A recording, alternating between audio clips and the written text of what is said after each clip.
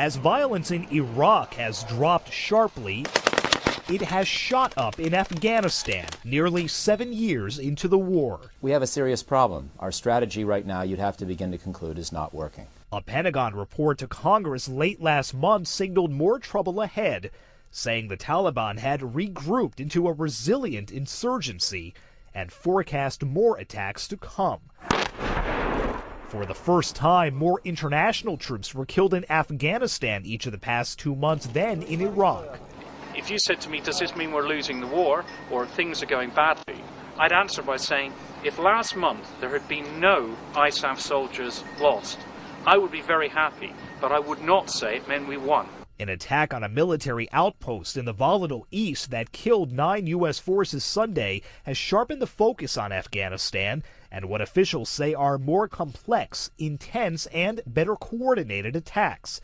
Afghanistan's beleaguered government is also accusing Pakistan's intelligence service and army of not only failing to stop insurgents from crossing in and out of Afghanistan, but of being behind the insurgency itself.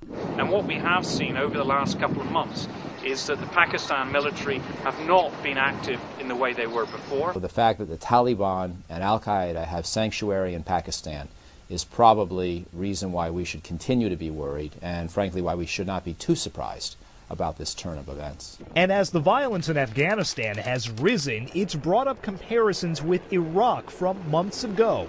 In Iraq now enjoying its lowest levels of violence in years, but knowing those big attacks could return.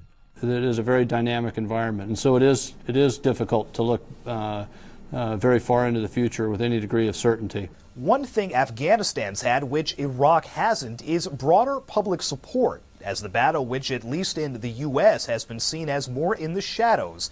But as the casualties and attention grow, some analysts wonder if that sentiment will shift and put both wars on equally bad public footing. Sagar Meghani, The Associated Press, The Pentagon.